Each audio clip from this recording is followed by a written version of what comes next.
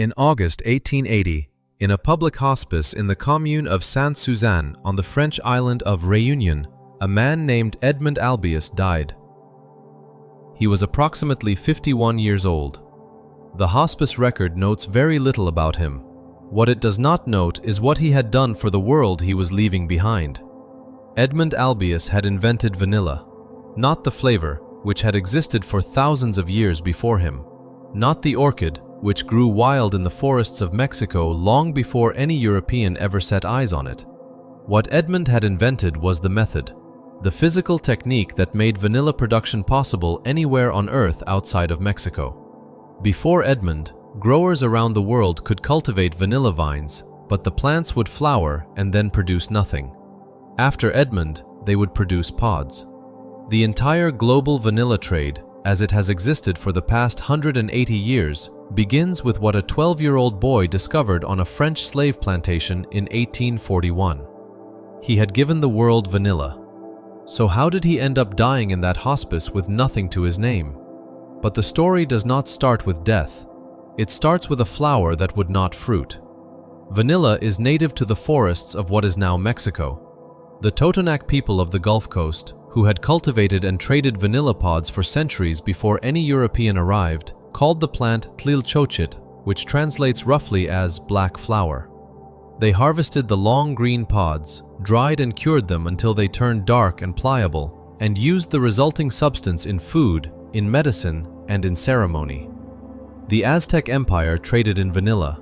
When the Spanish conquistador Hernán Cortés arrived at the court of the Mexica ruler Moctezuma II in the early 1520s, vanilla was already part of the palace kitchen, blended with cacao into a drink unlike anything the Spanish had encountered. Cortés brought vanilla back to Spain. Within a generation, it had spread across Europe. Within a century, European demand for vanilla had become a significant commercial force. But the vanilla orchid carried a secret. The flower opened once, for a single morning. It closed by afternoon. If the flower was not pollinated during those hours, no pod would form. In Mexico, the orchid was pollinated by native stingless bees, among them those of the genus Melipona, and by certain species of hummingbirds. Both had evolved alongside the vanilla orchid over thousands of years. Both were specific to the Gulf Coast forest ecosystem. European colonizers brought the orchid to their tropical colonies in the Indian Ocean and the Caribbean. It grew without difficulty. The climate suited it. The soil suited it. But the native pollinators did not travel with it. There were no Melipona bees on Réunion. There were no vanilla-adapted hummingbirds in Mauritius or Martinique. The plants climbed their supports and put out flowers, yellow-green blossoms faintly fragrant, and yielded nothing. In 1836, the Belgian botanist Charles Morin demonstrated at the Botanical Garden in Liège that vanilla could be hand-pollinated in a controlled setting, that a person with the right tools could transfer the pollen manually and induce a pod to form. But his method was slow, fiddly, and entirely unrepeatable at any agricultural scale. No one on a working plantation could do what Morin had done in a glasshouse with a pair of tweezers. If that sounds like an abstract botanical problem, it was not. It was the reason vanilla remained locked inside Mexico for more than 200 years after it reached Europe, and the reason that every grower on every French and Dutch and British tropical island watched those vines fail at the moment of fruit. The solution had not been found. This is where the history of vanilla becomes the history of what was taken. Bourbon Island, which would be permanently renamed Réunion in 1848, was a French colony in the Indian Ocean, roughly 700 kilometers east of Madagascar. By the early 19th century, it had an economy built on sugar and coffee, and a population built on slavery. The French had been importing enslaved people from Madagascar, Mozambique, and other parts of the African coast and the surrounding islands for generations. By the time of Edmond's birth, the island had a population in which the enslaved were the majority. Among those enslaved was Edmond. He was born around 1829.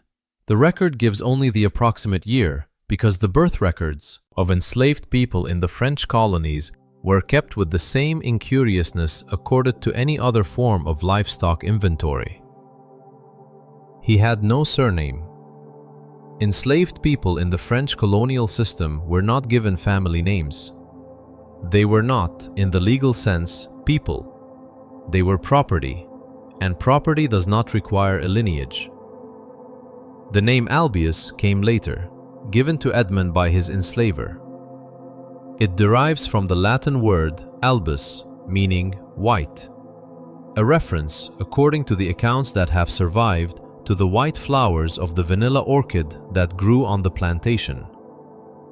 An enslaver's gift, a surname drawn from the thing the enslaved person would be made to work with.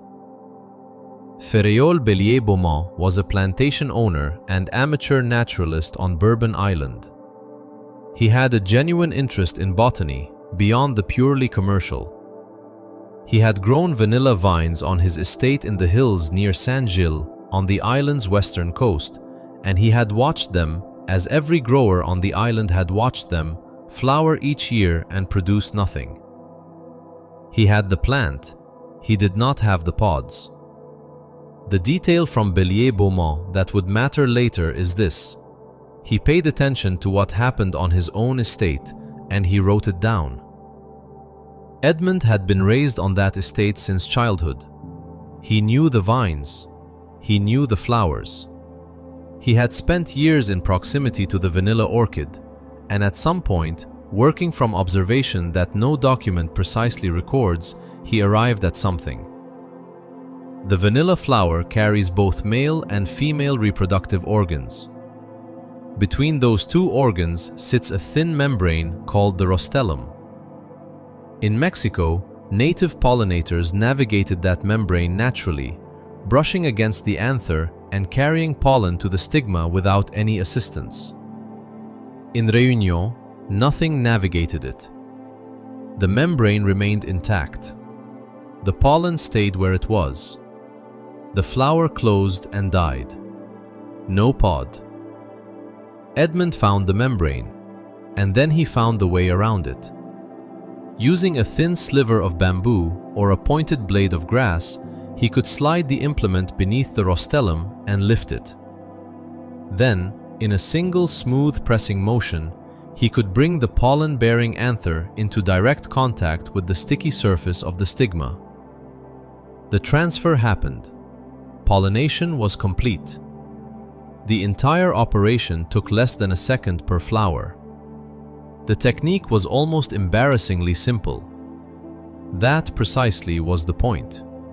It required no laboratory and no specialized equipment.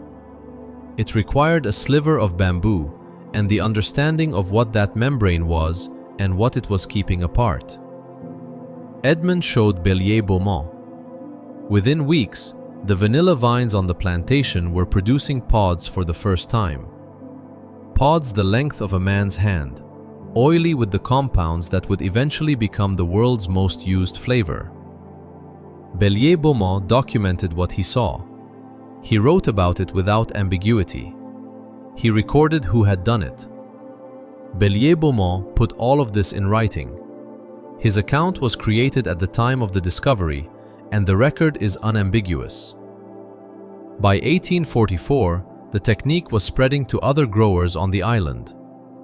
By 1848, Réunion's vanilla production had begun to establish itself as a commercial reality. That is how vanilla escaped Mexico. Not through a sophisticated research program in a European university. Not through the work of professional botanists funded by the colonial government. A 12-year-old child, enslaved on a French plantation, working with a sliver of bamboo, worked it out. That documentation from Bellier-Beaumont would matter a great deal later, but that is getting ahead of the story. The technique spread quickly. Other planters adopted it. The harvest improved. And almost at once, the question of who owned the discovery became a contest. Jean-Michel Claude Richard was a French botanist and naturalist, the director of the botanical gardens at Saint-Denis on Réunion. He was formally trained, credentialed, a man with a professional standing in the colonial scientific hierarchy. When Edmond's technique became widely known and began to attract attention, Richard advanced a counterclaim. He had learned of vanilla pollination during a visit to Paris, he said, and had returned to the island and personally taught the method to Edmond. The discovery, on this account, was his. Edmond had been the instrument, not the inventor. But here is the detail that everyone missed at the time. Bellier-Beaumont knew exactly what he had seen. He contested Richard's account with specificity and persistence. He had been present. He had documented the sequence of events in writing created at the time the discovery occurred. He had recorded that Edmond had worked out the technique independently and had demonstrated it. That testimony exists in the historical record. It is not ambiguous. But Richard had something that Edmond did not. He was free. He was educated. He was a man with a professional title and an institutional role in the colonial administration. He was European, in the sense that the colonial world meant when it used that word. A person whose social standing gave weight to his claims. Edmond was an enslaved child. The colonial world did not have a mechanism for crediting an enslaved person with a scientific discovery. The social infrastructure that converts a person's observation into an attributed invention, that moves a name from a plantation account book into a botanical journal, was not built to carry Edmond's name. It was built to carry the names of men like Richard, a botanist's written claim against a plantation boy's observation. The social machinery of the 19th century colonial world ensured a certain kind of outcome. No particular malice was required. The system simply ran in the direction it had always run. And if the credit dispute were the only thing taken from Edmond, this would be a different story. But then, 1848 arrived. On April 27, 1848, the French National Assembly voted to abolish slavery in all of France's colonies. The legislation was driven by Victor Schulcher, an Alsatian journalist and politician who had campaigned against slavery for more than 15 years. The Schulcher Decree formally liberated the enslaved people across the French Empire. On Réunion, it freed tens of thousands of people. Edmond was among them. He was approximately 19 years old. For a brief period after 1848, there was an idea, at least in the language of the decree itself, that things might be different. That legal freedom might mean the beginning of something else. It did not mean that. The Emancipation Decree did not come with land. It did not come with capital, with tools, with guaranteed housing beyond the plantation quarters where the formerly enslaved had lived, with education, or with any of the material structures that allow legal freedom to translate into economic independence. The plantation owners on Réunion kept their plantations. They kept their land. They kept the vanilla vines, whose pods were now being harvested through the method Edmond had discovered. What the formerly enslaved received was their names and an abstract right to move. Edmond had no plantation. He had no land. He was legally free, and he had nothing else. Consider that. The vanilla harvest on Réunion continued. The technique he had shown Bellier-Beaumont continued to be taught to new workers, continued to spread to other planters and other islands. The pods were cured, packed, and exported to Europe, where the demand for vanilla had been growing for decades. The trade was expanding. A man who had invented the method that made a global trade possible was living in the poverty that colonial emancipation, in its first generation, had reliably produced across every territory where it arrived. He had no claim on the method. He had no patent. He had no land from which to grow the crop he had made viable. His name was not on any document related to the discovery in any official or commercial capacity. People assumed the vanilla harvest of the 1850s was simply the result of French agricultural management of its colonial territories. They were wrong. And if that were the extent of the story, it would still be a heavy one. It is not the extent. If you want to see more histories like this one, subscribe to the channel. These are the stories that rarely make it into textbooks, and they are the ones that most deserve to be told. While Edmond was navigating the wreckage of what emancipation had actually delivered, the industry he had made possible was growing in ways that would have been unimaginable without him. French planters and colonial administrators carried the hand-pollination technique from Réunion to Madagascar, to Tahiti, to the Comoros Islands. In Madagascar, the technique took hold in the northern coastal region, a landscape of volcanic soil and humid heat that suited the vanilla orchid well. Workers moved down the vine rows each morning during the brief flowering window and pollinated each blossom the way Edmond had shown Bellier-Beaumont more than a decade before. What had been impossible was now routine. What had been the secret of a 12-year-old on a hill above St. Gilles was now standard practice across French colonial territory in the Indian Ocean basin.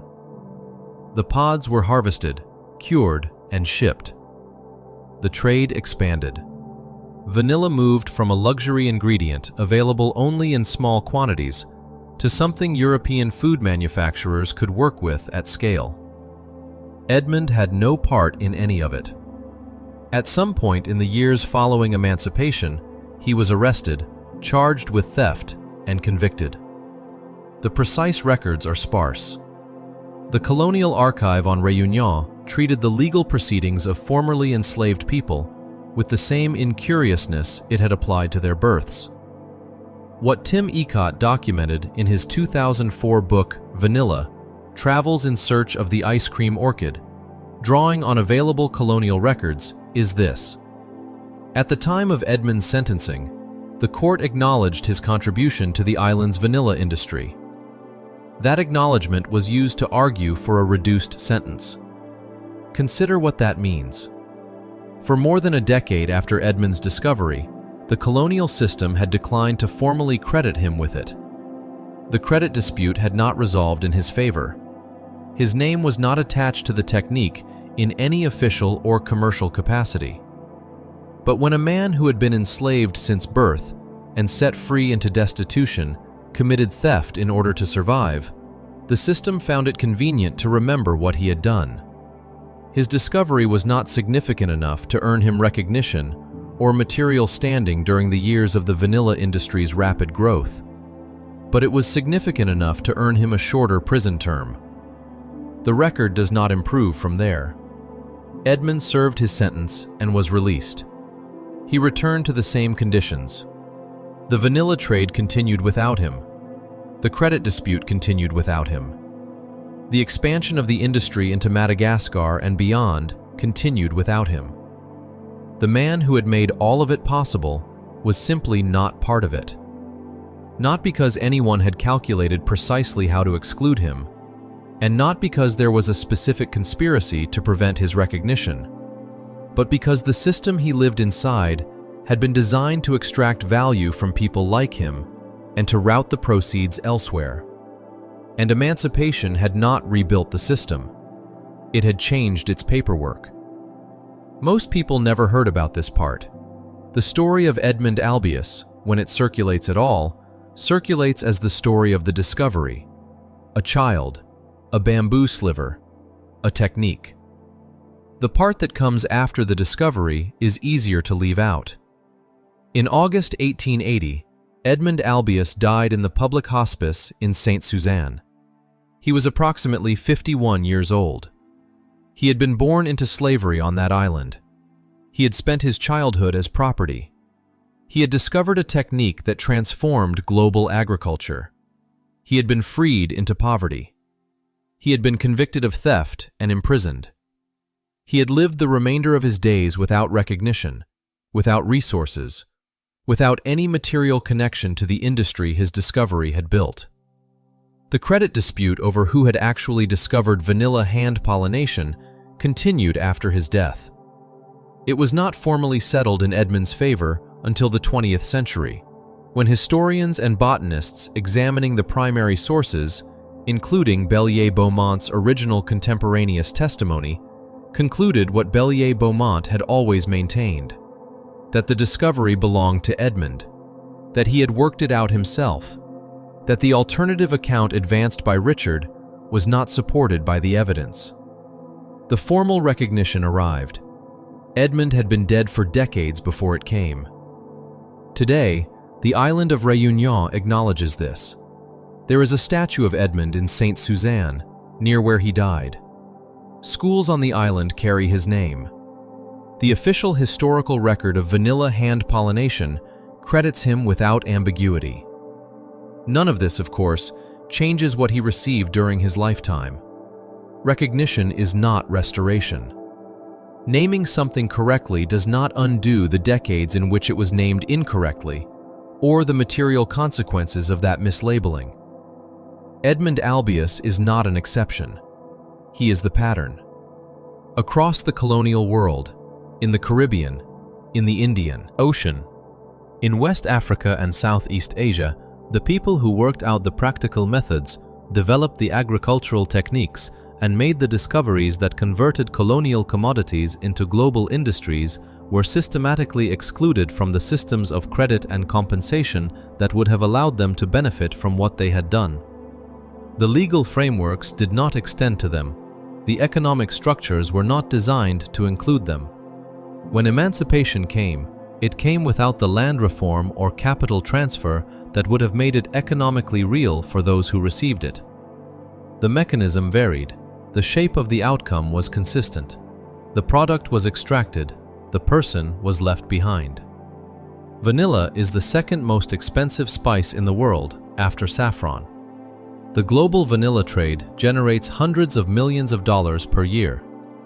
The method underlying every pod produced outside Mexico, which is to say, the method underlying nearly all of the world's vanilla, was discovered by a child named Edmond, who died at 51 in a hospice on the island where he had been born a slave. The vanilla orchid was locked inside Mexico for more than 2 centuries because no one outside Mexico knew how to pollinate it. A 12-year-old boy on a French slave plantation found the answer with a sliver of bamboo. His enslaver witnessed it and wrote it down. A French botanist claimed the credit instead. An emancipation decree set Edmond free and left him with nothing. A colonial court later acknowledged his discovery in the context of a theft conviction. He died in a public hospice in August 1880. Those are the facts. They do not require embellishment. The weight is already in them. Edmond Albius died as he had been born, on an island that had used him. His name is, at last, in the history. What is also in the history, if you are willing to hold it there, is the full inventory of what he was never given. The vanilla extract on your kitchen shelf carries no mention of Edmond Albius. It does not need to. The technique is in the pods. The pods are in the extract. Every bottle of vanilla produced outside of Mexico is the downstream consequence of what he worked out in 1841 in the hills above Saint-Gilles. His work is in it. You are holding his work. We know his name now. We did not always. And the distance between knowing a name and settling what that name is owed is a very long road. If this history deserves to be told, subscribe to the channel and leave a comment. What should it mean that the colonial court acknowledged Edmond's discovery long enough to shorten his prison sentence, but never long enough to give him what he was owed?